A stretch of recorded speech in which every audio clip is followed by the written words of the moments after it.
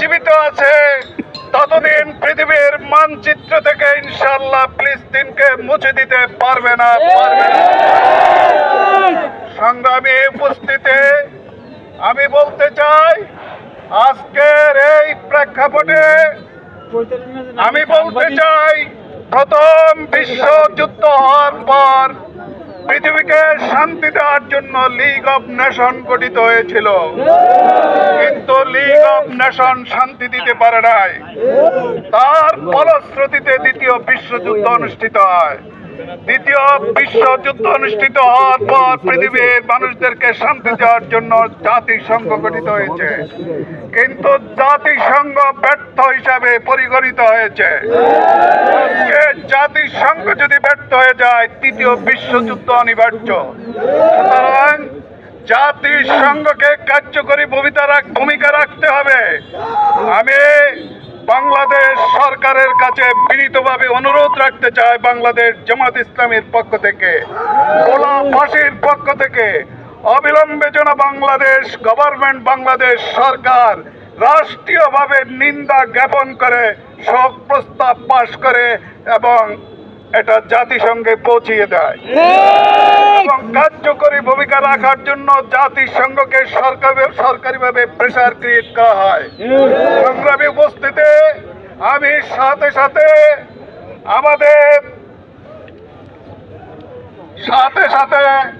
আমাদের যে মুসলিম সংঘগুলো আছে, ওআইসি আছে মুসলমানদের, ওআইসি এতদিন নিষ্ক্রিয় ভূমিকা পালন করেছে, মুসলমানদের পক্ষে একটু অবদান রাখেনি। আশা করব ওআইসি মুসলমানদের পক্ষে কার্যকরী ভূমিকা রাখবেন। মুসলমানদের আরো একটি সংস্থা আছে শক্তিশালী, লীগ অফ আরব লীগ। এই আরব লীগকে আমি কার্যকরী ভূমিকা রাখার জন্য অনুরোধ করতেছি।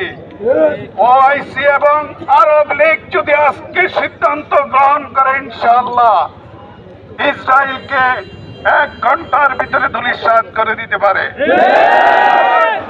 আজকে আর দেখার সময় নেই।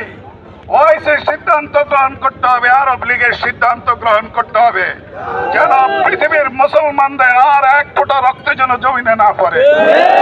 ইনশাআল্লাহ আমি একটি হাদিস বলে শেষ করতে চাই। আল্লাহ রাব্বুল আলামিন বলেছেন, 3 শ্রেণীর লোকের দোয়া আল্লাহ অবশ্যই কবুল করেন। তার ভিতরে 1 শ্রেণী হলো মুসলিম। সেই দোয়াকে আসমানের আকাশের উপরে নিয়ে যাওয়া হয় এবং আসমানের সমস্ত দরজাগুলো খুলে দেওয়া হয় এবং আল্লাহ বলেন, ওই জাতি আদাহীন, আমি অবশ্যই তোমাকে সাহায্য করব যে নির্যাতিত হয়েছে, একটু বিলম্ব হলেও। আল্লাহর ওয়াদা সত্য।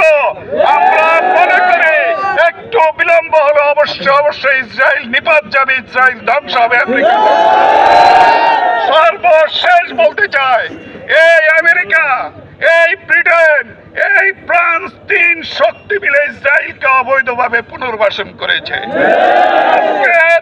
এই নির্মম নির্যাতনের জন্য আমেরিকা দায়ী প্রধান, ফ্রান্স দায়ী, ব্রিটেন দায়ী। এই 3 দুষ্ট শক্তিকে প্রতিহত করতে হবে আমাদের। বিশ্ব মুসলমানকে এই 3 শক্তিকে প্রতিহত করার জন্য আহ্বান জানিয়ে আপনাদের সকলকে ধন্যবাদ জানিয়ে আমি আমার বক্তব্য শেষ করছি। আমার তৌফিক ইল্লা বিল্লাহ। আসসালামু আলাইকুম ওয়া রাহমাতুল্লাহ।